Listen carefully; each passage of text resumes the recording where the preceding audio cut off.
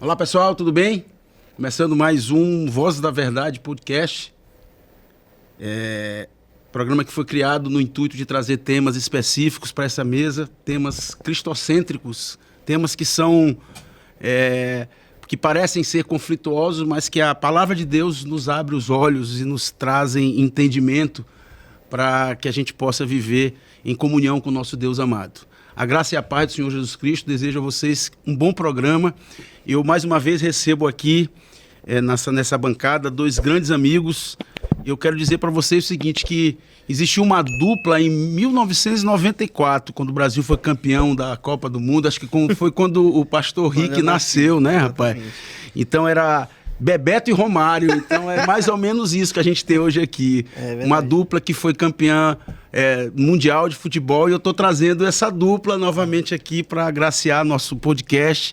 E time que está ganhando não se mexe, né? Então eu tenho a honra, para a glória de Deus, em receber aqui o pastor, mais uma vez, Rick Galúcio, o pastor da igreja Berea.com. Ele é líder do Ministério de Música também dessa igreja, a Berea Sounds, né? Amém. E o pastor Vitinho. Então eu queria, em primeiro lugar, facultar a palavra para o Rick. Seja bem-vindo mais uma vez, meu irmão. Obrigado, Márcio. A casa é sua. Obrigado, Márcio. Obrigado, pastor Vitor. Tamo junto aí para ter um debate enriquecedor hoje. E o Vitinho. Vitinho também, rapaz. Vitinho é o nosso craque, nosso goleador. Mais uma vez aqui. Deu certo, né, Vitinho? Essa dupla. Deu certo. Mais uma vez, seja bem-vindo aqui, meu irmão. O prazer é todo meu. Vamos falar sobre esse tema muito importante. E sempre aqui com o pastor Rick é maravilhoso estar compartilhando essa conversa com ele, que é um cara top demais que eu tenho no coração. Bom, o nosso tema hoje, gente, antes de pedir para o pastor Rick orar para a gente, só para a gente esclarecer, o nosso tema hoje é um tema bastante interessante, porque é um tema que comumente a gente o faz, né? Mentiras sinceras não me interessam. Uhum. E mentira é uma coisa que a gente tem que ficar muito atento, porque vai entrando nas nossas vidas de uma forma sutil. E a gente tem que se policiar. Sim. E a gente policiado em cima das escrituras. E, mais uma vez, é um tema bastante interessante, porque a sociedade, de uma forma geral, ela começa a trabalhar a mentira, como eu já falei, de forma sutil, e acaba que a gente começa a ver essas questões recorrentes, né? Nos nossos comportamentos, nos comportamentos dos nossos irmãos na igreja, e a gente tem que ficar atento sobre o ponto de vista, sobre um olhar bíblico, né? Uhum. Então, antes de começar realmente o tema, eu vou pedir para o pastor Rick orar por nós aqui. Por favor, pastor. Amém, com todo prazer. Deus, te louvamos nesta tarde, te agradecemos por mais um privilégio de discutirmos sobre a tua palavra, mas convergindo para a verdade, Senhor. Te agradecemos pela vida de Márcio, da produtora Cletos, que toda a equipe que abre esse espaço para o debate de coisas profundas de Deus e que tem um peso espiritual eterno na vida das pessoas. Abençoe todas as pessoas que vão ouvir, que desde já o Senhor prepare os corações para que essa palavra que será lançada hoje ache um bom solo no coração das pessoas. Crendo que estamos orando segundo a tua vontade, oramos em nome de Jesus. Amém. Amém, amém, Senhor Jesus. Glória a Deus. Bom, como sempre, a gente ancora o nosso programa em um versículo bíblico, né? Dessa vez, eu queria que o Roberto colocasse na nossa tela aí. O versículo está em João, capítulo 8, versículo 32. É um versículo clássico do livro de João, né? Que diz que conhecereis a verdade e a verdade vos libertará. Essa verdade que o João está falando para a gente, o apóstolo João está falando para a gente, é que, na verdade, é Jesus Cristo, né? É a verdade. Então, eu não queria abrir esse podcast para falar sobre mentira sem evidenciar a verdadeira verdade, que é Cristo. Eu acho que uma visão, vamos dizer assim, bíblica, mentir é uma afronta direta ao ser de Deus. Sim. Deus é um Deus, nosso Deus é um Deus supremo, é um Deus reto, é um Deus verdadeiro, ele é absolutamente verdadeiro. Então, qualquer tipo de narrativa mentirosa, até que o poeta fez uma música dizendo que mentiras sinceras me interessam, e eu já digo que mentiras sinceras não me interessam, porque toda forma de mentira, pastor Rick, é uma forma que afronta a Deus, não é isso? O senhor entende dessa forma? Começando aqui já com essa pergunta. O senhor entende que qualquer tipo de mentira já é uma afronta diretamente a um Deus que é justo e verdadeiro? Sim. O contexto de João capítulo 8, versículo 32, que muitas vezes é distorcido, às vezes usado até como uma questão política, diz respeito a um contexto em que Jesus está dizendo que a religião dos fariseus ela estava ancorada numa mentira. Então, se tu tem um sistema religioso ancorado em uma mentira, o seu sistema religioso ele é mentiroso, ele é uma ficção, digamos assim. Sim. Então, Jesus está dizendo, você deve conhecer a verdade, porque apenas a verdade irá lhe libertar desse sistema que você vive preso. Inclusive, em João 8 e 9, Sim. é o quebra-pau de Jesus com os fariseus, né? Um quebra-pau filosófico, ideológico, que ele vai dizer assim, olha, a religião de vocês é uma religião que aprisiona. E vocês mesmos são escravos do pecado e filhos do diabo. Sim. E a única coisa que liberta vocês desse estado é a verdade. Que verdade é essa? A palavra de Deus é a verdade.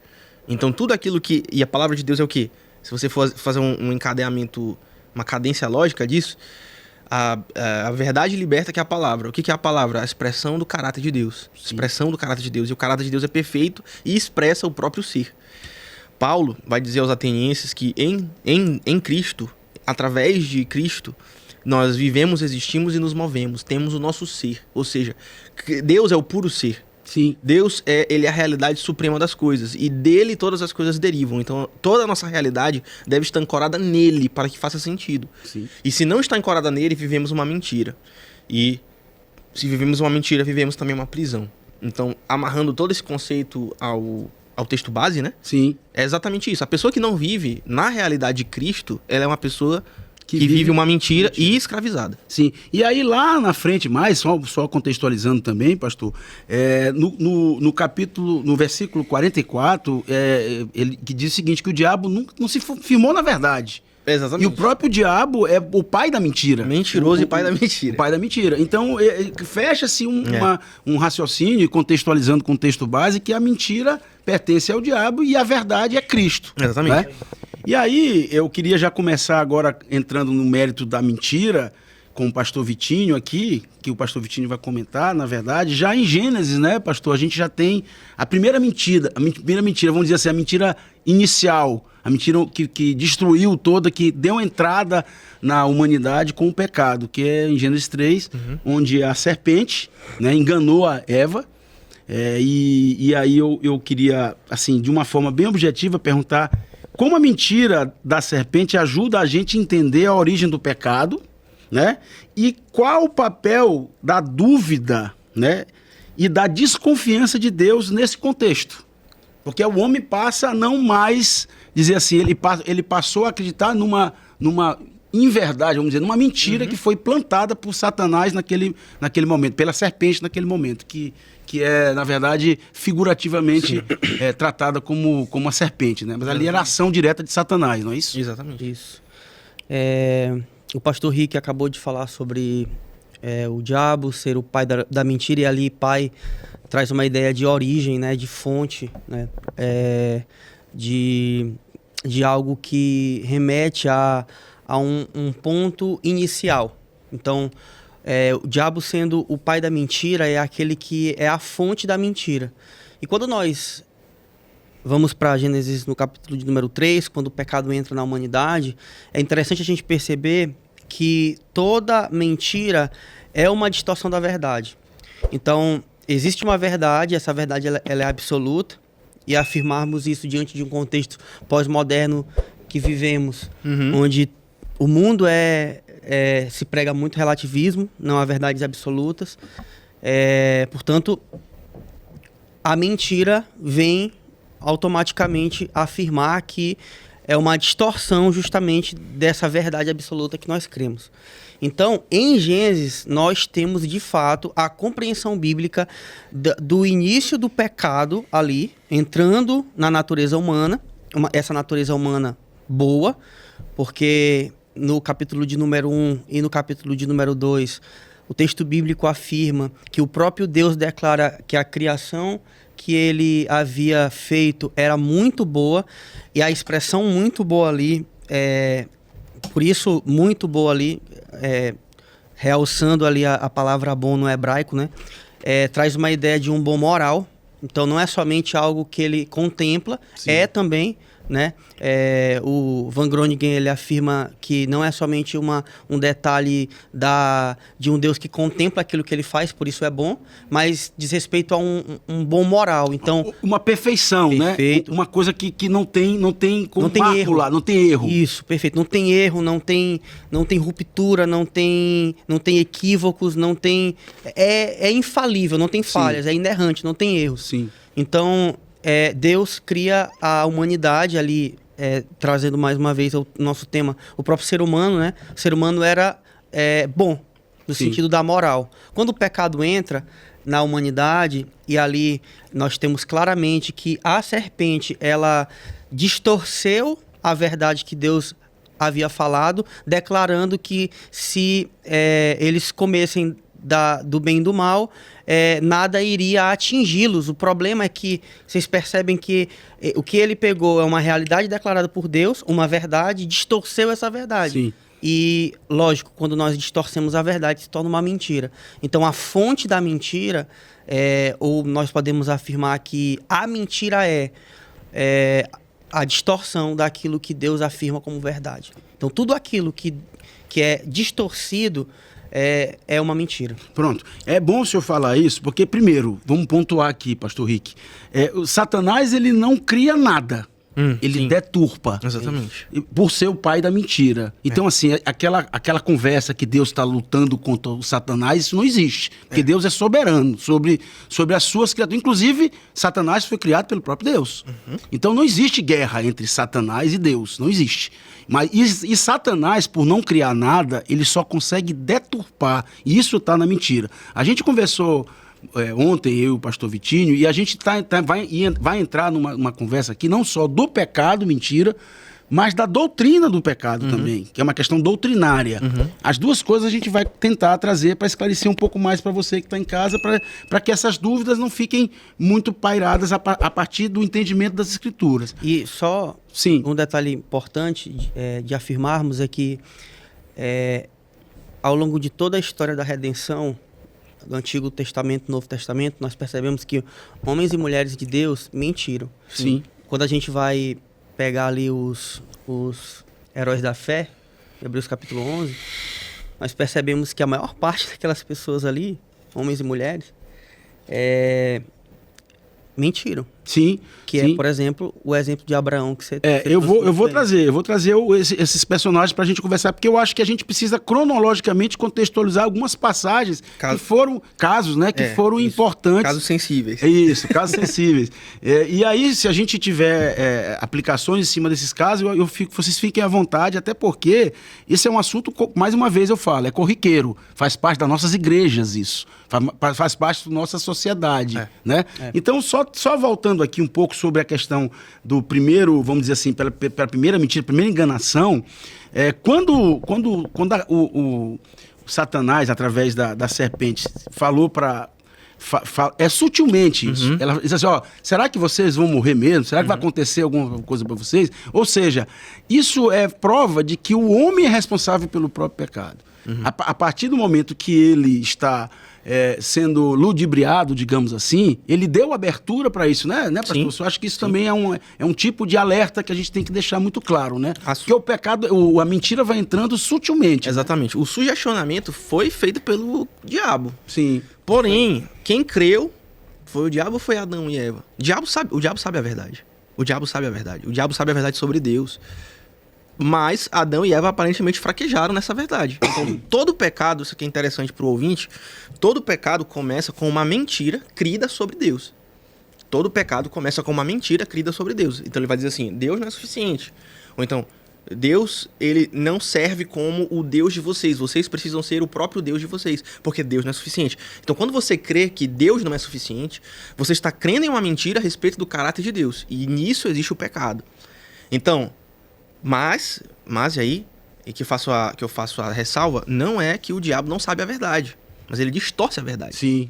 Mas, às vezes, a gente acredita na mentira do diabo, em vez de acreditar nas promessas e nas verdades de Deus. A gente acredita na distorção. O caso de Eva, né? Ela acreditou na distorção. O diabo, ele é o melhor teólogo que nós. Por exemplo, você vê Jesus com os seus discípulos, E os discípulos, os apóstolos já estavam andando com Jesus. Mas mesmo assim eles não sabiam plenamente quem Jesus era. Os demônios sabiam quem Jesus era. Quando Jesus bota o pé na praia, eles se apresentam e dizem: nós sabemos quem tu és. Tu és o santo de Deus e vieste nos atormentar antes do tempo. Os discípulos não sabiam quem ele era de verdade. Sim. Então, o que eu estou querendo dizer é, como é que nós superamos isso? Nós precisamos de critérios objetivos. Nós precisamos de critérios que estão além da nossa subjetividade. E esses critérios estão contidos na palavra. E algumas pessoas acham isso retrógrado, né? Sim. E é por isso que vem essas outras mentiras de atualizar a Bíblia e teologia liberal, enfim. Mas não é retrógrado. Nós precisamos de algo além de nós. Porque se nós formos para uma abordagem plenamente subjetiva... Ou humanística, a gente está perdido, né? E por que estamos perdidos? Porque a verdade não está em nós. Sim. E se nós estamos indo até nós mesmos para buscarmos respostas, nós encontramos mentiras e não respostas. Perfeito. Entendeu? Perfeito. E aí, o pastor Vitinho trouxe aqui... Perdoa, Vitinho, eu tô te chamando de Vitinho porque eu te amo de coração, meu irmão. Pastor Vitor, o senhor trouxe aqui pra gente falar sobre o caso, a passagem de Abrão e Sarai, né? Que está lá em Gênesis 12, dos capítulos de 10 a 20. Onde, por 2 vezes, né, o Abrão, por medo de ser morto, né?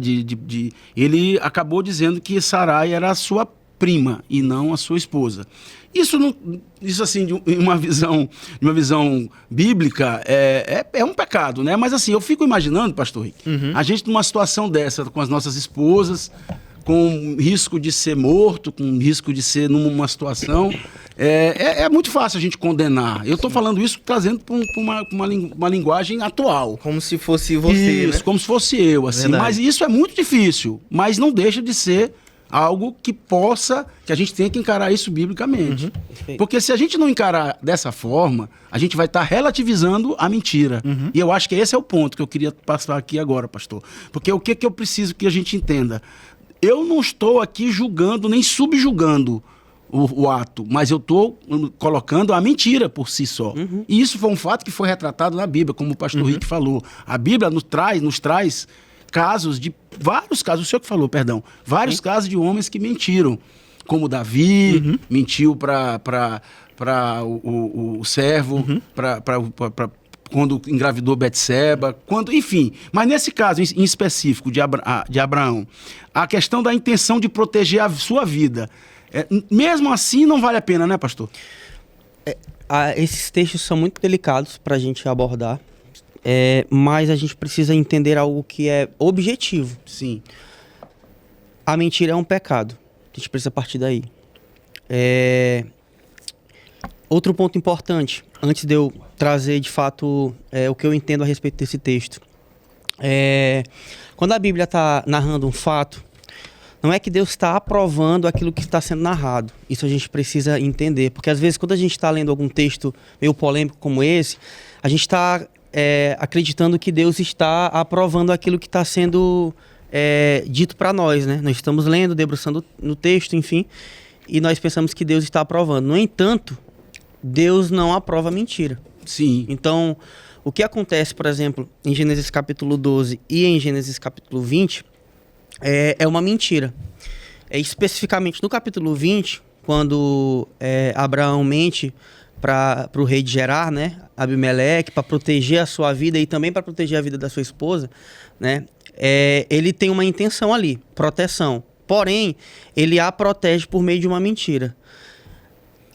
O texto está narrando um fato, mas isso não quer dizer que Deus aprova, porque isso é uma mentira. Então, o que eu entendo a respeito desse texto, eles pecaram diante do Senhor, no entanto, Deus transformou essa atitude no que ele sempre faz, né? Quando nós pecamos e erramos, Deus transformou aquela situação para ele próprio proteger tudo. Então, sim, qual é a responsabilidade? Aqui a gente, mais uma vez, também tem uma tensão entre responsabilidade humana e soberania de Deus. Sim, perfeito. Deus é soberano e ele orquestra a história, orquestrou toda essa situação, esse episódio específico, para proteger o seu povo. Afinal de contas, nós estamos diante de um texto onde Abraão era a promessa, né, de Deus, né, para o seu povo. Sim. Dessa forma, Deus estava protegendo a sua descendência, né? A descendência de Israel. Então, é importante a gente pontuar que Deus faz tudo isso, mas Abraão é responsável pela sua atitude diante de Deus. Ele pecou diante de Deus, ele errou, ele falhou, isso é uma mentira. Então, toda mentira é um pecado, ele pecou, porém Deus orquestrou tudo isso para concretizar o seu plano, o seu plano pactual, né? E perfeito, né? Bom, eu queria engatar nessa temática, porque talvez seja também o mesmo contexto, né? Que é exatamente a mentira contada para Jacó, dos irmãos que deram fim, mas deram fim na figura de José, mas pegaram as roupas de José, mataram um cordeiro, sujaram de sangue e disseram para Jacó, e Jacó ficou sofrendo por essa mentira, 22 anos, se eu não me engano. Ficou naquele martírio até morreu, né? E depois foi descoberto que José estava vivo e seguiu o propósito de Deus sobre esse ponto. Então é mais ou menos o mesmo contexto. Uma mentira que, a partir dessa mentira, foi uma tragédia para aquela família ali, né? O próprio pai se foi para um outro lado e constituiu outras famílias, enfim. E isso também está no mesmo contexto, né, pastor Rick? Com certeza. Inclusive, essa passagem é interessante, porque a mesma palavra para intentar no hebraico, sim, que eu não vou saber pronunciar, porque eu não sei falar hebraico, mas eu tenho... Hoje em dia você nem precisa... Você tem que conhecer os originais, né?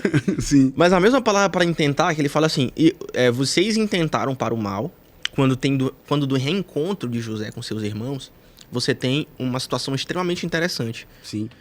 Porque eles estão com medo de que Jacó se vingue, baseado no padrão deles. Então eles estão projetando em José uma maldade que está neles. É isso aí. Só que José... Porque o seu pai morreu, né? Exatamente. Mas o José, ele parte de um outro princípio, que é o princípio da providência. Então ele vai dizer assim, olha, vocês intentaram para o mal.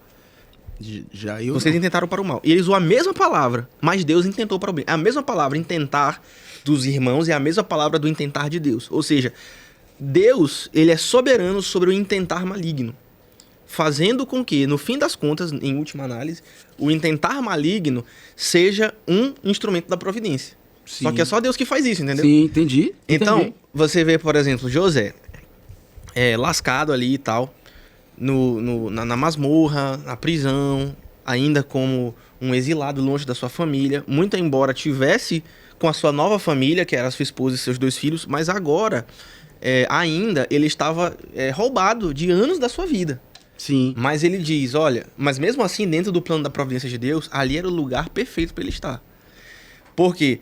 Porque Deus usa essas mentiras, né? E Deus não aprova a mentira. Deus usa a mentira, muitas vezes, mesmo ela errada, para redimir os propósitos humanos. Redimir os caminhos humanos. Mas não quer dizer que ele aprova a mentira. Mas ele está dizendo...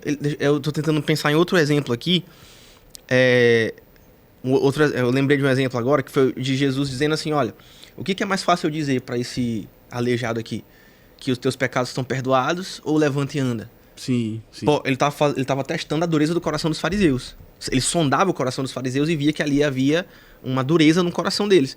Mas ele falou assim, mas para vocês terem a plena noção de que o Filho do Homem tem toda a autoridade no céu e na terra, você aí, levante, os teus pecados estão perdoados e levante-se e tome a tua maca e vai embora. Tome a tua cama e vai embora. Sim. É a mesma coisa no caso de José. Ah, vocês mentiram? Ah, vocês queriam destruir o meu plano? O diabo queria destruir o meu plano? Pois para vocês saberem que eu sou Senhor, eu vou pegar essa mentira, esse intento maligno, como eu falei, a mesma palavra no hebraico, e eu vou transformar no intento divino. É isso que Deus faz, entende? É isso que o nosso Deus faz. E aí, só pra gente entender e contextualizar esse ponto, trazendo para uma realidade também, trata-se de responsabilidade moral, o que a gente está falando aqui. É uma mentira que que pode parecer comum no dia a dia, mas ele tá intrinsecamente relacionado com o ser perfeito de Deus.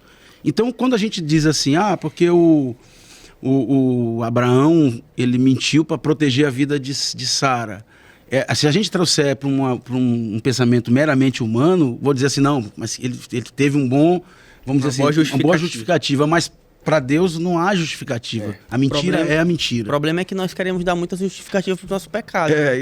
Começa a relativizar e acaba se envolvendo. E mentira é uma coisa, pastor Rick, que começa pequeno e vai crescendo e a pessoa se acostuma com a mentira. Rapaz, tu tem que criar outra mentira para encobrir a primeira. É verdade. É um abismo que chama outro abismo. E um exemplo claro do que o pastor Rick acabou de falar é Judas Iscariotes. Exatamente. Que vendeu Jesus, ele era responsável por esse ato dele, mas lá em Atos, capítulo de número 2, o texto bíblico afirma, estava tudo pré-determinado. Exatamente. Então, soberania de Deus, Deus é soberano, mas há uma responsabilidade humana que é Judas. E Judas mentiu pro grupo, porque a Bíblia diz nos evangelhos que ele estava buscando uma oportunidade para entregar Jesus. Ou seja, ele estava andando e mentindo. Então, eu preguei sobre isso domingo, fazendo um jabá aqui lá da igreja. Vambora. Mas se você puder assistir essa mensagem, eu falei, olha,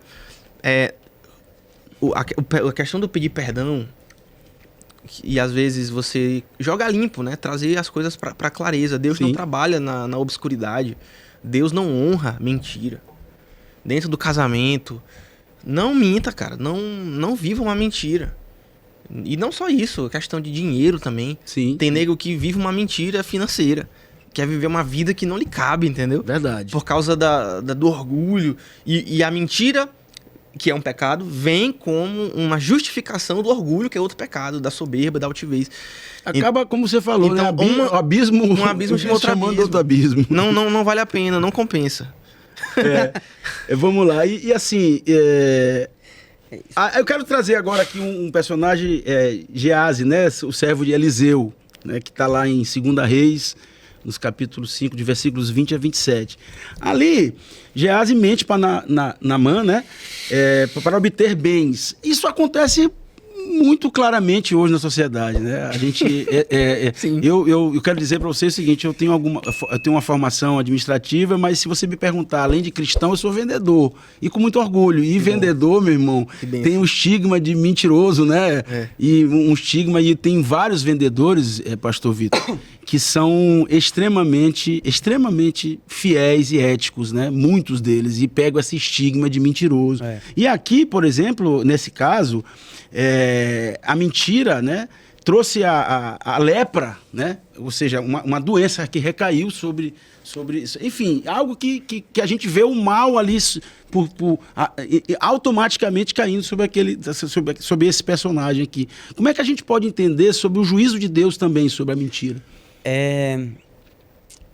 Esse texto, cara, porque é interessante a gente estudar o texto bíblico sempre diante de uma teologia bíblica do Antigo Testamento. Sim. Porque esse texto que você acabou de citar está atrelado a um contexto de Deuteronômio capítulo 11, 12 e 13, né? Sim. Que trabalha a ideia de que Deus fez um pacto, Deus fez um pacto com o seu povo, e aquele pacto ali naquele contexto estava atrelado ao contexto de suzerania e vassalagem. Deus era aquele senhor sobre tudo e ele que determina como que o povo vai viver. Por isso que nós temos Levítico, Deuteronômio, nós temos todo o padrão de como que o povo vai viver. Para eu poder responder essa pergunta que você fez. Perfeito. Em Deuteronômio capítulo 20, nós temos... 11, 12 e 13, nós temos o texto bíblico fundamental. Alguns teólogos do Antigo Testamento afirmam que esse texto é o texto mais importante de todo o Antigo Testamento, porque tudo parte daí. Então, os profetas diz respeito a esse pacto que Deus fez, os textos narrativos, enfim, tudo está atrelado a esse texto específico. Por quê? Porque o que nós vemos claramente é Deus dizendo o seguinte: olha, se vocês forem fiéis a essa aliança que eu fiz com vocês, vocês vão ter bênçãos. Se vocês foram infiéis, vocês vão ter maldição. Então, toda a narrativa do Antigo Testamento é isso. Sim. Deus derramando bênção quando o povo é fiel e Deus derramando maldição, castigo. Quando o povo é infiel, né? Então, esse texto diz respeito a justamente isso. O povo, ali, na verdade, especificamente, esse personagem, ele pecando contra o Senhor e Deus derramando maldição, Deus derramando castigo. Aí a gente olha para o texto, não, na Nova Aliança isso não é apontado. Mas e o contexto de Ananias e Safira? Isso, que é o próximo personagem que a gente vai entrar. Mas ainda nesse texto, pastor, só para dizer, nesse tema aqui, é assim... A gente costuma, assim, quem é novo convertido, começa a ler a Bíblia, acha que existe uma divisão entre dois deuses, do Antigo e do Novo Testamento. O Antigo é mais zangado, mais...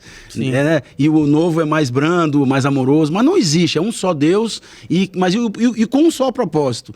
E o que eu acho é que o povo do Antigo Testamento era mais cabeça dura do que eu acho, né, assim, na minha visão. Porque, na verdade, Deus se mostrava muito amoroso até, porque se apresentava através dos profetas, se apresentava através de anjos, de várias vezes, recorrentemente a Bíblia, Deus usa anjo, usa pessoa, usa um jumento para determinar um caminho, né, para seguir o seu propósito. E nessa visão aqui, pastor Rick, eu acho que o que a gente pode entender é que Deus, na sua soberania, ele é justo. Sim. E isso é justo juízo. Sim, claro. E a mentira não nos cabe querer questionar o justo juízo de Deus a partir da mentira, né? Exatamente. E a forma como Deus lida com o pecado não mudou. Porque o juízo, ele... por exemplo, aquelas pessoas que pecavam no Antigo Testamento, eles tinham castigos imediatos. No entanto, o castigo derradeiro daquelas pessoas era o castigo espiritual. Sim. Era a condenação. Porque a forma de salvação no Antigo Testamento era a mesma do Novo, assim como a forma de condenação. Sim. Agora, não quer dizer também que o pessoal do Antigo Testamento não lidava com as mesmas coisas e dilemas que nós lidamos. Você tem Asaf, por exemplo, questionando a prosperidade dos maus. Assim como muitos de nós fazemos hoje. Sim. Pô, esse cara aí faz tudo e nada acontece com ele e tal. Só que a questão é que Deus não é tolerante com o pecado. Deus, ele é paciente. Então, se as pessoas vivem mentiras, um dia elas vão ter que lidar com a sua vida de mentiras. E vão responder, E vão né? ter que responder. E aqui um exemplo sobre Geazi é que o resultado da lepra dele Sim. foi muito interessante.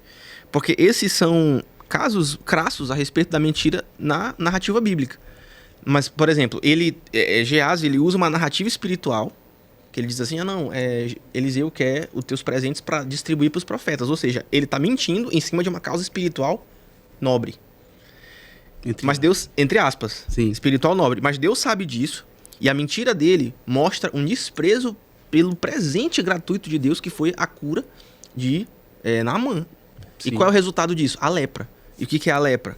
É o símbolo da impureza que já estava dentro de Geazi. Perfeito. Então Deus recompensa ele como uma simbologia, uma recompensa, e aqui não estou dizendo como presente, mas uma recompensa, Sim. uma paga daquilo que já estava dentro do coração dele. Ele falou assim, tu és isso internamente e eu vou te expor na tua carne aquilo que tu és interiormente. Isso já foi tratado, isso foi retratado muito fisicamente quando caiu as pragas sobre o Jó. Exatamente. Jó, por exemplo, as chagas que Jó adquiriu foi através da exposição de que Deus, ele não só tocou na vida de Jó, tanto psicologicamente como fisicamente, mas depois reconstituiu toda Exatamente. a vida dele, inclusive sua saúde, sua parentela. Exatamente. E ao contrário de Geazi, Sim. a desgraça física de Jó ela foi momentânea. Sim. Geazi, pelo menos biblicamente, não há nenhum indicativo que ele foi restaurado, entendeu? Sim. A mesma coisa, por exemplo, Uzá era orgulhoso.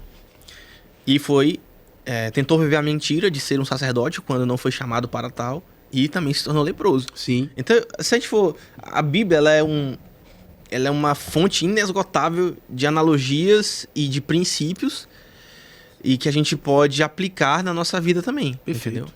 Perfeito. Olha só, chegamos aqui no Ananias e Safira.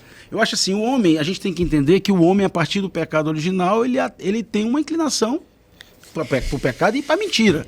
O homem é um ser mentiroso por natureza. Se a gente deixar o homem por si só, ele é uma mentira em pessoa, digamos assim. Se não for a obra pela graça de Deus e a obra do Espírito Santo para mudar esse coração, o homem vive na mentira, ele vai viver na mentira. Sim. E aqui esse caso de Ananias e Safira, na verdade, houve Eles venderam uma propriedade Sim. e entregaram parte. Eu sei que vocês sabem isso, mas para quem está em casa lá, a gente precisa. Está em Atos, capítulo 5, dos versículos 1 a 11. Eles entregaram parte desse valor e retiveram parte para si. Né? E Deus, houve um juízo e uma morte imediata para eles. Né? Isso é um sinal de temor e disciplina naquele momento que a igreja tanto precisava dessa ajuda, né, financeira. Isso acontece muito, né, pastor Vitinho? Quando a gente trabalha isso na percepção da questão material, né? Muita gente... até da questão de você... Eu queria entrar num tema aqui que é um pouco assim, a questão do dízimo, da entrega do dízimo, da obrigatoriedade ou não, essa discussão que há na igreja, mas não nesse contexto. Eu quero dar do contexto da mentira, do esconder de Deus algo que é íntimo do nosso ser, né? E essa mentira, ela teve vamos dizer assim, imediatamente houve a morte, e a Bíblia retrata isso muito claramente, que houve realmente o juízo de Deus sendo aplicado naquele momento, né, pastor? Com certeza. E todo pecado, Deus irá retribuir. A grande questão é que a retribuição para o ímpio é para condenação. A retribuição para os crentes é para que o crente se alinhe. Sim. Então, nesse contexto específico, nós temos a condenação de um ímpio. E Deus, obviamente, ele irá retribuir. Sim. Nós vivemos nesse evangelho coach que está muito pregado por aí. Que é uma mentira, né? Que é uma mentira. Sim, sim. Que Deus parece um Papai Noel, um ursinho de pelúcia que está lá no céu distribuindo bênçãos. E quando a gente olha para Ananias e Safira, Deus está lá no céu distribuindo bênçãos, não. Ele tá distribuindo um castigo sobre um pecado direto. E esse tema é muito importante porque nós vivemos em um contexto de muito consumismo. Sim. Então, as pessoas estão cada vez mais buscando suas próprias propriedades terrenas, visando sempre o lucro. E aí, se a gente não precisa ir tão longe, vamos falar do mundo. É só a gente olhar um pouco para o evangelicalismo brasileiro que vivemos e vamos perceber que a fé é pregada com objetivo lucrativo. E o grande lance, cara, diante desse contexto, é que Deus é um Deus paciente. Mas ele não é tolerante. Não, eu até falei, a justiça dele é implacável também. É isso, né, que eu ia trabalhar. Eu até falei aqui isso aqui, o pessoal não entendeu direito, fiz um corte lá no meu... Não foi nem o corte daqui, foi um que eu fiz sim, mesmo. Aqui o senhor pode falar tudo. Mas não, sim, eu fiz um corte e aí o pessoal não entendeu direito, entendeu? Sim. Eu fiz um corte da minha fala, eu falei assim, não, Deus é tolerante. Eu falei, galera, Deus não é tolerante. Não. Deus, ele é paciente. É isso. Entendeu? Deus não tolera... Deus não pecados, tolera o mal. Não. Porque se Deus tolerar pecado, ele muda a natureza dele, não é isso? Mas eu estava falando sobre a questão do juízo. Do juízo. Em Ezequiel, o segundo bloco de Isaías trata sobre o dia do Senhor. E quando nós olhamos para o texto bíblico sobre o dia do Senhor, é um dia que vai ter uma explosão do juízo de Deus. Deus irá castigar toda impiedade. Deus irá castigar toda a prática de pecado. Eu li isso hoje em Amós. O texto de Amós, ele me trouxe esse texto hoje, Amós também. Amós é um oráculo de juízo, né? Que ele fala sobre isso. O dia do Senhor a parede, a cobra vai ficar na parede, vai morder. Ele tem um texto que fala sobre isso, Amós, se eu não me engano. Exatamente. Hoje eu li esse texto. Mas, pastor Vitor, o senhor tem uma pregação do evangelho fake, né? O senhor tem uma série de pregações trazendo essa temática, né? Sim. A gente pode trabalhar esse assunto dessa forma assim, que na verdade nada mais é do que o evangelho adocicado, aquele evangelho, vamos dizer assim, não é evangelho mentiroso não, mas diga assim, é um engodo, né, na verdade, aquele tipo de pregação, o tipo de abordagem. Isso, o que nós trabalhamos lá na igreja, nos jovens, sobre o evangelho fake, nós pegamos as principais doutrinas, né, eu não costumo chamar de igreja, eu costumo chamar de movimento. Eu acho que para mim é mais interessante, acurado. porque eu tenho esse coisa com termo, sabe? Sim. Eu acho que os termos são importantes. Então eu acho que movimentos é mais interessante do que igreja, né? Então nós pegamos vários movimentos ao longo de toda a história, em especial aquilo que mais afetou o nosso país, né? E nós começamos a estudar esse evangelho fake. A gente encerrou com o que você acabou de citar, que é o neopentecostalismo, né? Sim. Que afetou muitas igrejas, né? O que é diferente do pentecostalismo, né? O neopentecostalismo já é uma coisa completamente distorcida, diferente, né? O pentecostalismo ainda é uma doutrina, é um movimento que nós percebemos ser muito bíblico, né? No entanto, o neopentecostalismo, que vem com a pregação coach, com a pregação a respeito de lucro, teologia da prosperidade Sim. e tudo mais, diz respeito a isso. Mas a gente não trabalhou só isso. Sim. A gente trabalhou catolicismo romano, trabalhamos adventismo, trabalhamos os mormons, trabalhamos testemunhas de Jeová. Eu acredito que foram esses que nós trabalhamos. Então, o que nós fizemos? Qual foi o objetivo? Eu queria mostrar de uma forma documental o que eles creem. Fez catolicismo romano? Catolicismo romano. Que é diferente do que a gente é diferente crê. daquilo que a gente crê. Então eu não queria para ser... eu estou apresentando isso para você. Não queria para ser dessa forma. Porque eu acredito que quando nós expomos dessa forma... Desculpa. Quando nós expomos dessa forma, eu acho que é um pouco...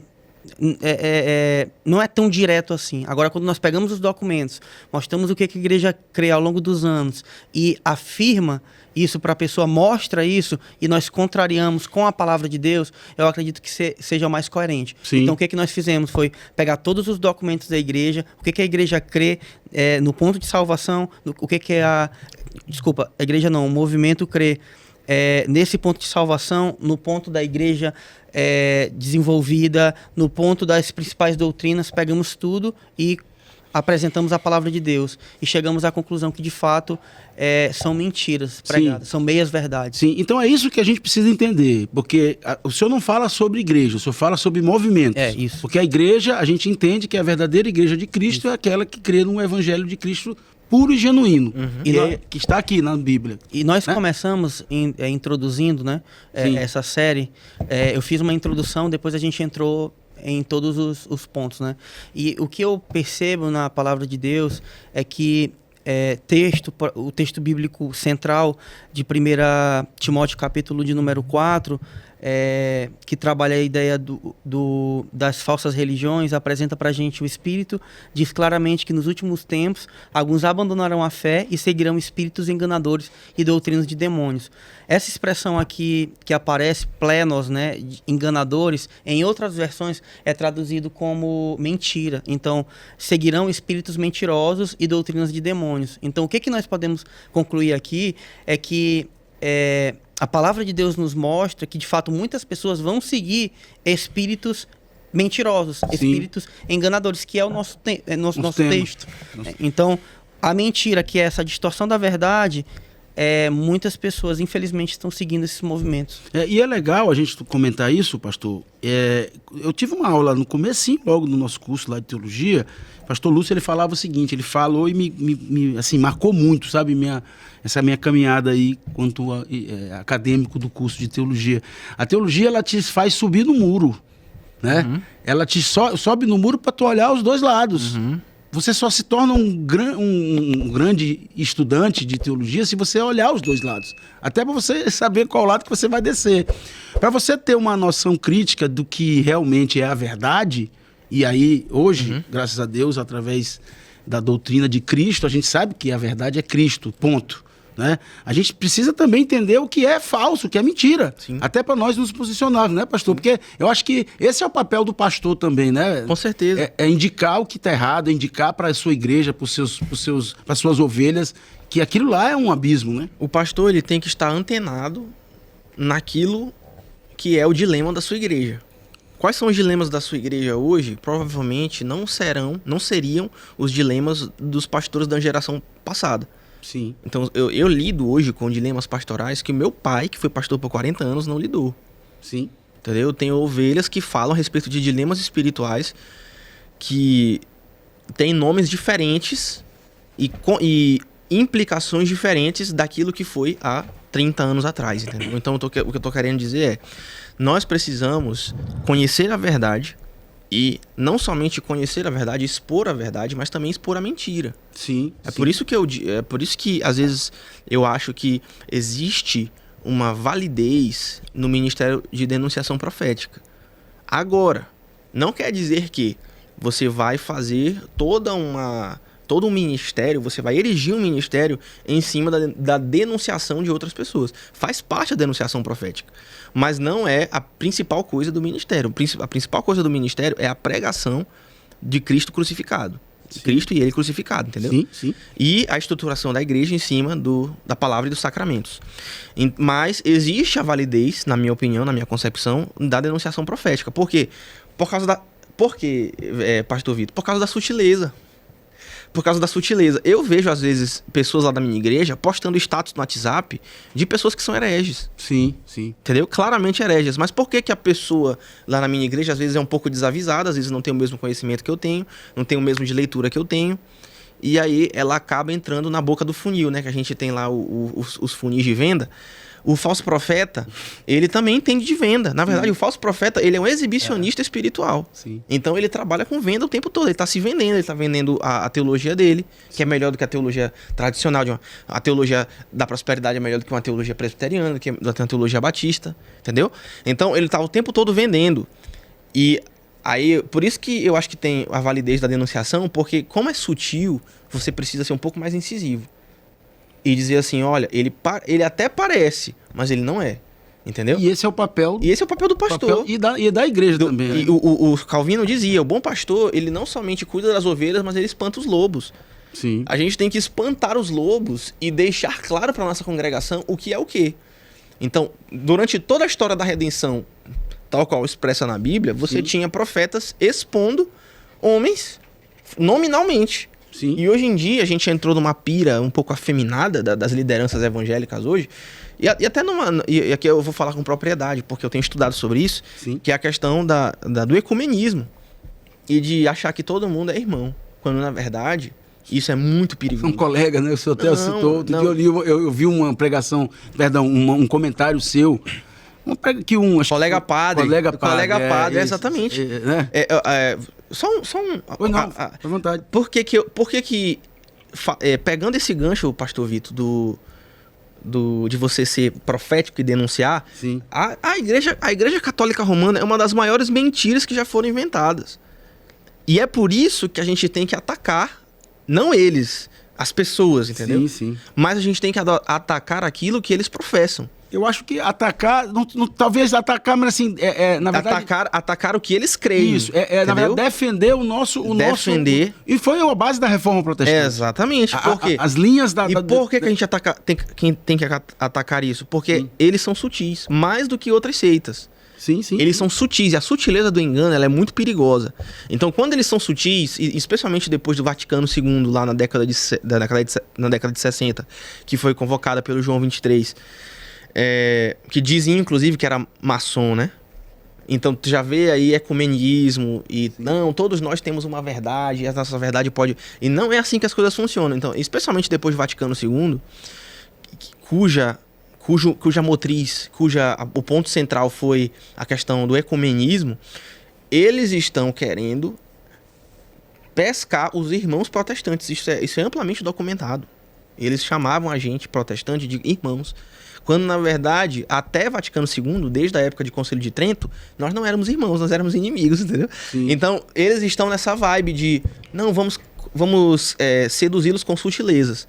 E é assim que o engano opera. O engano opera com sutilezas, e a gente tem que ficar cuidadoso quanto a isso. Sim, sem dúvida. E aí, de onde menos espera vem, né? A mentira quando operada com sutileza, ela é mais perniciosa ainda. Pois é. Mas então, a gente vê exemplos de questões próximas de nós. A gente pega um exemplo aqui, bíblico, inclusive, de Esaú e Jacó, né? Que são irmãos, né? Que de uma forma ou de outra, um pai amava a mãe amava o outro. Mais um do que o outro. E a Bíblia retrata isso muito bem, né? E através de uma mentira contada, né? Houve um desencadeamento aí de uma tragédia familiar, digamos assim, né, pastor Vitinho? O senhor pode falar alguma coisa sobre essa mentira aí, nesse contexto aí? O que a gente está trabalhando a respeito da mentira é justamente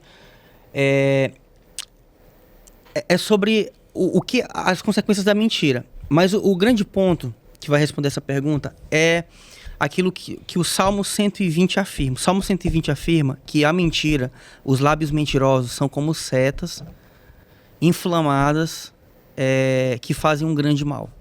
Isso quer dizer o quê? Que a mentira, ela é como uma flecha lançada. E é óbvio que porque a gente também não falou a respeito da mentira ela ser também um pecado registrado na Escritura como um pecado da língua, né? Uhum. Então, a mentira é sempre retratada como um pecado da língua, né? Sim. E se nós não conseguirmos domar a nossa língua, né, a gente acaba pecando no que diz respeito à mentira. Porque o que é a mentira? A mentira também, atrelando a mentira à língua, a mentira ela é também uma forma de nós não conseguirmos domar a nossa língua. E se nós não conseguimos domar a nossa língua, como afirma Tiago capítulo 3, ela vai afetar outras pessoas no seu ponto negativo. Então, a mentira, sendo essa seta lançada segundo o Salmo 120, inflama as pessoas trazendo consequências. Mas o grande ponto nós podemos usar a nossa língua para abençoar. Só que o problema é que nós usamos a nossa língua por conta do pecado para amaldiçoar, para trazer castigo, para trazer problemas, que é a situação que narrada no texto bíblico que você acabou de ler, que é o texto bíblico de Esaú e Esaú e Jacó, exatamente. É Gênesis 21. Uhum. Que no caso Gênesis 21, 21, né? isso. Que é justamente o texto posterior à mentira de Abraão. Né? Isso, exatamente. Então, o que nós vemos claramente é justamente aquilo que, pegando o texto bíblico de Gênesis capítulo 21 e entendendo aquilo que Tiago fala no capítulo 3 e Salmo 120, a mentira, ela é uma seta, é uma flecha lançada que vai causar um grande problema. Então, nós precisamos ter muito cuidado, porque até mesmo nós que somos crentes, fazemos parte do povo de Deus, que somos chamados para não viver a mentira, nós, por vezes, e até mesmo dentro da igreja, porque nós estamos falando de um povo, de pessoas, de famílias, participantes do pacto de Deus, que é justamente o contexto de Jacó, né? Sim.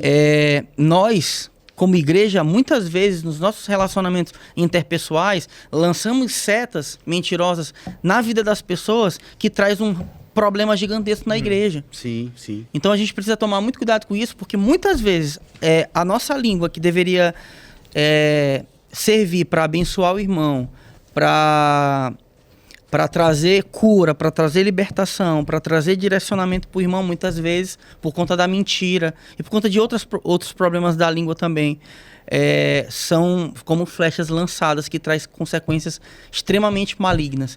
E é interessante porque o Salmo 120, quando o salmista vai perguntar para Deus qual é a consequência daquele que tem essa língua mentirosa, Deus responde com a mesma expressão das setas malignas no início do Salmo. Sim. Isso quer dizer o quê? Que Deus irá retribuir da mesma forma como as próprias mentiras funcionam como setas malignas. Então, Sim. o que vai acontecer com alguém que é mentiroso? Que não faz parte do povo? Salmo 2, Deus está afiando seu arco. E aí a questão escatológica aqui, né? Lá em Apocalipse 21, e só corroborando o que o senhor está falando, 21:8, ele diz o seguinte: os mentirosos impertinentes terão parte no lago de fogo. Quer dizer, aqui já é a consequência da mentira, né? Os mentirosos serão lançados no lago de fogo, Exatamente. assim como a morte, assim como Satanás, o anticristo, enfim. Nós que temos que ser muito atentos a essas questões, porque se formos pegos nesse contexto, né? E graças a Deus nós somos salvos por Cristo. Exatamente. A gente está livre, graças a Deus, eu creio nisso, e a gente está longe de ser lançado nesse lago aqui. Amém. Né? Amém. Então, assim, eu quero entrar agora numa parte do programa que é, e se fosse ele, eu queria que o Roberto colocasse aí, eu acho que o pastor Rick já falou sobre esse contexto aqui agora, antes disso, mas eu queria voltar para a gente falar sobre isso. A gente vive num mundo muito superficial. Uhum. A gente está aí e em Eclesiastes, o Salomão ele escreveu exatamente que nós somos, tudo é passageiro, tudo que nós estamos vivendo numa sociedade como uma sociedade falsa, né? De redes sociais, de Instagram, de evangelhos fakes, de posicionamentos humanísticos. Palavra rebelde. Hein? Palavra rebelde, né? Sim. Que é vapor, né? Vapor, exatamente. Então, assim, e isso é retratado em Eclesiastes. Tudo é passageiro, tudo é uma expressão que ele chama de... Vaidade. É tudo vaidade, né? E a gente vê isso muito nas redes sociais. A vaidade, aquela questão, você às vezes... Eu tenho outro dia uma pergunta no Instagram dizendo assim, você tá bem fora da rede social, né? É exatamente isso. E eu vejo, pastor Rick, que o senhor tratou esse assunto agora há pouco, assim, o livro de Daniel, ele demonstra Nabucodonosor, né? Que a partir de um sonho ele criou lá uma estátua de ouro, e hoje nós temos vários Nabucodonosores, assim, digamos assim, que se autocultuam e que são verdadeiras mentiras, né? Através de cirurgias plásticas, através de tudo fake, tudo é fake. Se você pegar hoje um jovem, o jovem ele põe cabelo, ele põe cílio, ele põe boca, ele põe bunda, ele põe seio, no caso da mulher. O homem da mesma forma, o homem está botando cabelo, está fazendo, enfim. E isso tudo não passa de ser vaidade. Sim. Né? Então chegamos à conclusão que nós estamos vivendo num mundo mentiroso, até porque o mundo jaz no maligno. Né? E o que Jesus falaria disso se Jesus chegasse e dizer, meu Deus, meu Pai, tá na hora. O Espírito de Cristo, ele é o Espírito da verdade. Sim. Que o mundo não pode compreender. Então, Jesus, os maiores inimigos dele não eram as pessoas que eram honestas a respeito da sua natureza e a respeito da sua condição espiritual. Jesus não tinha problema com pessoas que viviam vidas dissolutas, como prostitutas e publicanos, mas que tinham uma clareza a respeito da sua necessidade de Deus. Jesus tem problema com pessoas que acham que não precisam dele. Sim. E via de regra, são pessoas que acham que não precisam de Cristo, vão suprir essa carência religiosa, porque todo homem é irremediavelmente religioso, é uma carência da nossa criação ser religioso, então ou a gente adora a Deus ou a gente vai adorar qualquer outra coisa. Pessoas que dizem que não precisam de Cristo, primeiramente, Jesus tem um problema com essas pessoas, é um problema de justiça, né? Porque elas estão devendo para Deus. E, em segundo lugar, elas vão querer suprir isso com as mentiras que elas criam a respeito de Deus. Lembre-se que eu falei no início. Todo pecado, ele é uma mentira crida sobre Deus. Ele nasce em cima de uma mentira crida sobre Deus. Então, essas pessoas que têm problema com a própria finitude, por que a pessoa bota botox? Porque ela tem problema com a sua idade. Com a sua imagem, sua idade, enfim. Ou seja, essa pessoa ela não aceita a realidade das coisas. E toda pessoa que não aceita a realidade das coisas serve ao diabo. Toda pessoa que não aceita a realidade das coisas como Deus criou serve ao diabo. É escravo do diabo, escravo do pecado. Escravo da mentira. Escravo da mentira. Filho do diabo, inimigos, filhos da ira, melhor dizendo. Então, o que Jesus faria?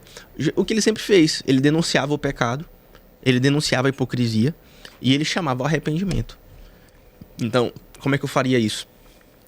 Se eu fosse Jesus, né? Assim, tentando seguir o exemplo de Jesus. Pensando como se fosse Jesus fosse fazer isso, né? Como é que ele faria se fosse isso? Chamaria...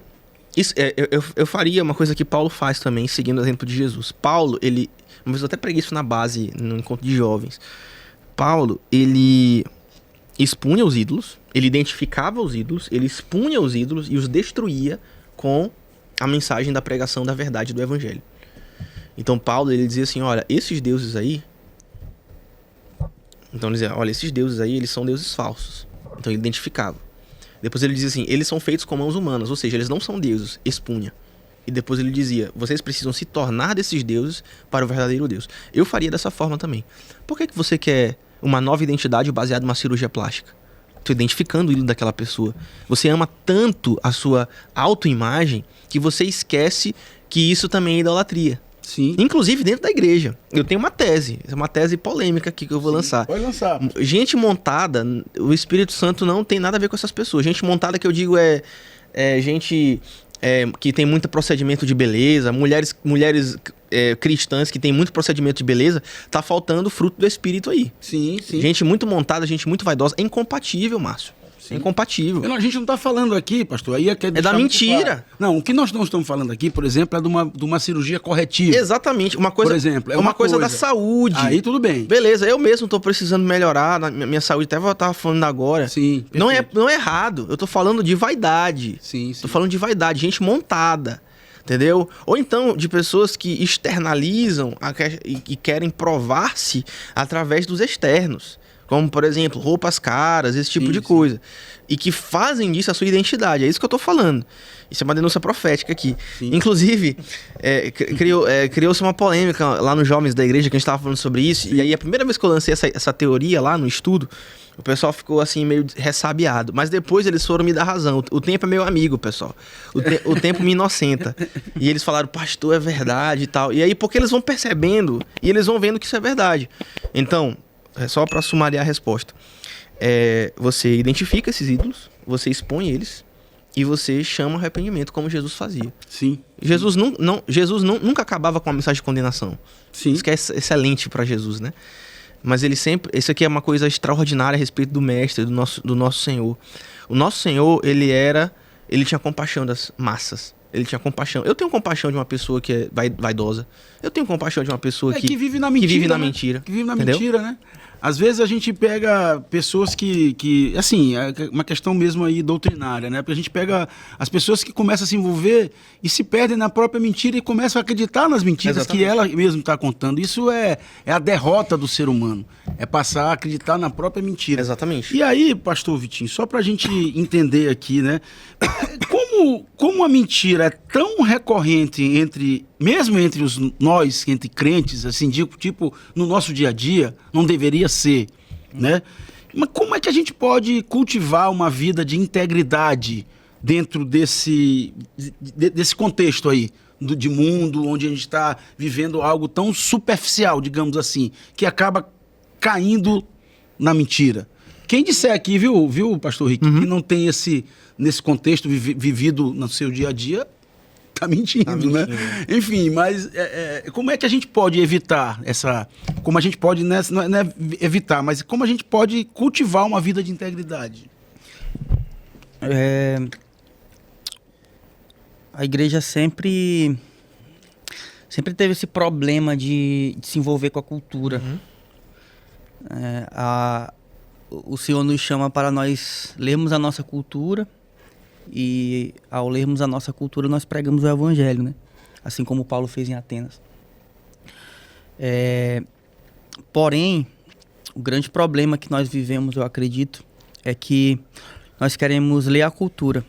E quando nós lemos a cultura, nós não queremos pegar ela e redimi-la para apresentar o Evangelho. O que nós queremos é ser transformado ao padrão da cultura. E isso é um problema sério que a igreja enfrenta. Porque nós estamos mais parecidos com o mundo do que sendo sal e luz, né? Então, os aspectos culturais, por exemplo, quem é que trabalha isso é o Zygmunt Bauman, né, da modernidade líquida, o amor líquido. Ele afirma que nós vivemos em uma sociedade de fluidez. E é interessante porque quando nós estudamos lá na igreja também Eclesiastes, né? Sim. Os 3 primeiros capítulos de Eclesiastes, e eu fiz o contraste justamente com Zygmunt Bauman, porque Bauman afirmava, olha, a minha relação com o Rick é uma relação de consumo, é uma relação de fluidez. Então, quando eu vejo que Rick não tem nada para me oferecer, eu descarto ele. Eu descarto ele completamente. E esse descartar da nossa sociedade é um descartar da mentira. Sim. Nós mentimos, nós falsificamos, nós ridicularizamos. Então, tudo isso, essa bomba de pecado que afeta a vida da igreja diz respeito a esse mundo líquido que nós vivemos. Sim. Ninguém mais quer se doar, ninguém mais quer o que o outro sociólogo chama, esqueci o nome dele agora, ele chama de, nós perdemos o peso do dever. Antigamente havia o quê?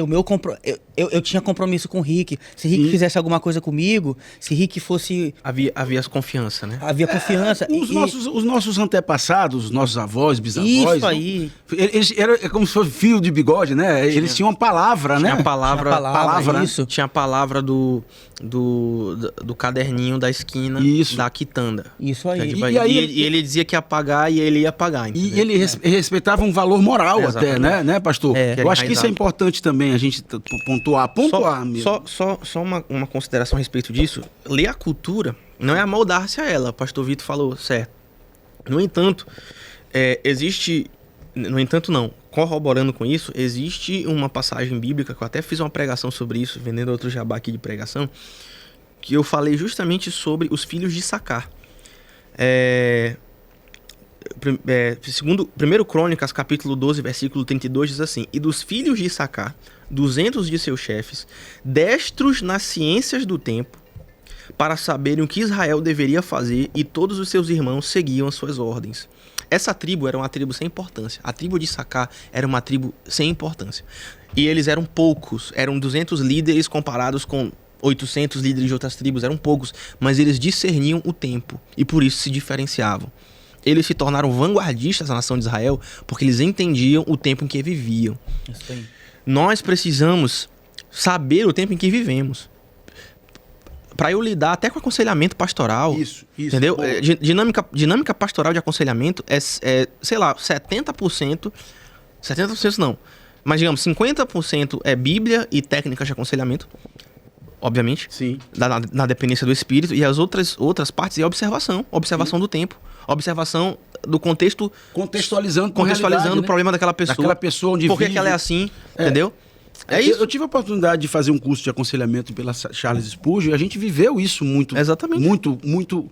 Às vezes, um aconselhamento pode ser o mesmo contexto, mas para uma pessoa que pertence a um tipo de sociedade é um e para outro é outro. Sim. Mas a Bíblia ela não deixa de Ela ser não muda. o antídoto, ele não vai mudar. Exatamente. A gente vai usar a Bíblia, não outra forma, outro formato para se aconselhar. Exatamente. E aí, lá em Efésios, só para eu passar para vocês a palavra para as considerações finais, já realmente passou muito rápido hoje. Lá em Efésios, capítulo 4, nos versículos 25, ele diz isso, pastor Rick. Que diz o seguinte: por isso, deixando a mentira, fale cada um a verdade com o seu próximo. Amém. Porque somos membros uns dos outros. Então é importante Claro. que a gente fale a verdade para o membro da igreja. Exatamente. Que a gente faça correções em amor, né, pastor Vitinho? Porque assim, a gente precisa entender que nós precisamos de ajuda. E às vezes a gente é arredio com isso, né? E tem aquele cara que é super sincerão também, é o outro lado também, que não tem que ter muito cuidado com isso também, né? Para não ferir o irmão. Mas a gente precisa evitar que o nosso irmão caia nessa desgraça da mentira. Eu digo desgraça porque realmente quem mente não está na graça. Quem mente recorrentemente, Quem vive uma mentira. Quem vive uma mentira, né? Eu até acho que eu não tenho esse cacife para falar na frente de vocês sobre isso, mas eu vejo que o que falta nas igrejas é a verdade. E não é a verdade, não só a verdade única é Cristo, mas é você falar para as pessoas o que elas precisam ouvir. Sim. É difícil a gente falar isso dentro da nossa casa, é difícil isso falar pra gente, às vezes, para as nossas esposas, né? Às vezes é difícil a gente chegar e dizer, mas é necessário. E como Deus, ele tem um santo justo, a gente precisa copiar essa questão da... A mulher dizer umas verdades pra gente também, né? A gente escutar, né, pastor? Às vezes é complexo. difícil a gente escutar. Mas, enfim, eu queria, nesse momento aqui, passar a palavra para vocês fazerem as considerações finais sobre o tema ou qualquer tema que vocês sejam, porque vocês são uma dupla de atacantes aqui, atacantes defensores do Evangelho, de Cristo. Eu queria deixar um abraço aqui especial para o pastor Clóvis hoje. Pastor Clóvis, eu tenho conversado muito com o meu pastor, o pastor Clóvis. É um homem que tem um coração muito bonito, muito bonito. Ele foi agraciado pelo chamado pastoral e ele hoje cumpre lá na nossa igreja com bastante, digamos assim, Maestria. com bastante maestria, Amém. com amor acima de tudo. É um homem iluminado e que está aí perpassando aí por também o pastor Davi, o pastor Vitor, são da nossa mesma congregação. Amém. Mas eu vejo no pastor Clóvis algo que é amor. Eu disse isso ontem para ele, ontem à noite. De pastor, eu até me emociono quando eu falo isso. Eu falei, pastor, o seu coração é muito, muito, muito bom. Amém. Ele disse, meu irmão, mas tu não sabe o que eu sou pecador. Eu digo, não interessa, Deus te escolheu, o teu ministério é acima de tudo. Não interessa o quanto seja ruim teu coração. Tu és escolhido por Deus. E, meu irmão, queria deixar para você um abraço, assim, carinhoso, com amor. Que você consiga passar por todas as tribulações com Jesus Cristo sendo o teu caminho. E eu sei que é. Amém. Pastor Rick. Amém. Queria que o senhor fizesse suas coisas. Eu sempre falo, depois que o pastor Rick, o Vitinho fala assim, ó. Não, tudo que o pastor Rick falou já tá completo. Eu quis mudar isso aí, né? Mas o senhor pode, até porque o pastor Vitinho vai orar pela gente aqui Amém, no final. Amém. Eu quero dar uma palavra pastoral de esperança, né? Você que está me ouvindo, não precisa viver uma mentira. Eu quero dar uma palavra pastoral, uma palavra amorosa, inspirados aí pelo testemunho do pastor Clóvis, né? Mas todos nós precisamos desse amor. Eu quero te dizer a verdade, que você não precisa ver uma mentira. Jesus, que era a verdade e que é a verdade, ele morreu pelos mentirosos, para que aqueles que colocarem a fé em Jesus, que é a verdade, possam viver uma vida de verdade longe da mentira. Então, esse é o poder explosivo, substitutivo do Evangelho da obra de Cristo. Então, viva a verdade, fale a verdade em amor. Se não conseguir falar em amor, peça perdão e peça que Deus te guie pelo Espírito dele a toda a verdade, segundo nós lemos na Bíblia também, na palavra. E essa é a verdade, essa é a palavra que eu queria deixar para todos aí. Amém, amém. Glória a Deus. Glória a Deus. Pastor Vitinho, pastor Vitor Sampaio, seja sempre bem-vindo, pastor. Um prazer, foi mais uma vez um prazer estar aqui com vocês e queria agradecer também a todo mundo aqui da Cletos que faz com que isso aconteça, né? Bom demais. A palavra de Deus possa ser propagada para muitas pessoas. Eu acredito que Deus tem coisas muito maiores para fazer por meio da Cletos, para abençoar muitas pessoas. Eu Amém. creio nisso. Amém. E também quero uma palavra pastoral pegando o gancho daquilo que o pastor Rick acabou de falar. Quando Paulo escreve aos Efésios no capítulo 4, o texto que o Márcio acabou de ler, cada um de vocês deve abandonar a mentira e falar a verdade ao seu próximo, pois todos somos membros de um mesmo corpo. Muitas vezes nós não falamos a verdade. Muitas vezes, por conta do orgulho e por conta do engano, nós falhamos. E o chamado do Senhor é para nós vivermos uma nova vida. Nós estamos em um texto que Paulo está falando sobre a graça de Deus o tempo inteiro. Do capítulo 1, do capítulo 2, capítulo 3, ele vai falando sobre a graça. A graça de uma forma teórica, a graça que nos alcançou, a graça que nos libertou. E ele começa a trabalhar a parte prática. Como é que essa graça afeta a nossa vida? A graça afeta a nossa vida a tal ponto de transformar quem nós somos. Porque antigamente nós falávamos mentira, agora nós falamos a verdade. E se nós reconhecemos que Deus nos deu uma bênção de vivermos como igreja, possamos pedir perdão para o Senhor, perdão para os nossos irmãos, para que a gente possa passar a falar a verdade, em amor, em devoção ao Senhor. Porque nós só conseguimos pregar a verdade e viver a verdade se nós tivermos uma vida de devoção. Sim. Senão nós não iremos conseguir. Sim. Sim. Que Deus abençoe você. Quero também mandar um abraço para minha esposa, e para todo mundo que está acompanhando a gente aí. Tamo junto. Bom, eu queria deixar no fim aqui uma mensagem. Na verdade, não só uma mensagem, não. Eu queria, talvez, fazer um pedido, né?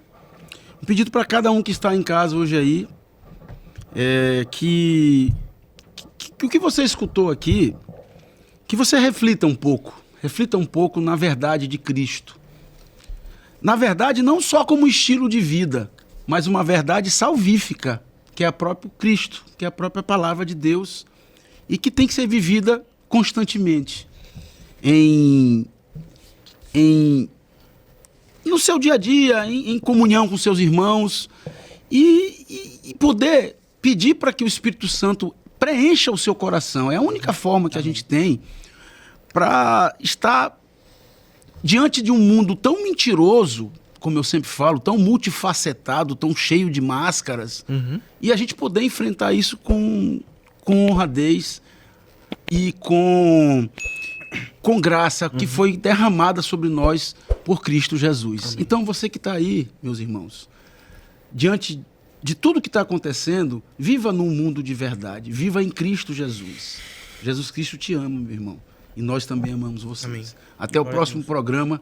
Fiquem com Deus e Deus abençoe a todos. Um grande abraço.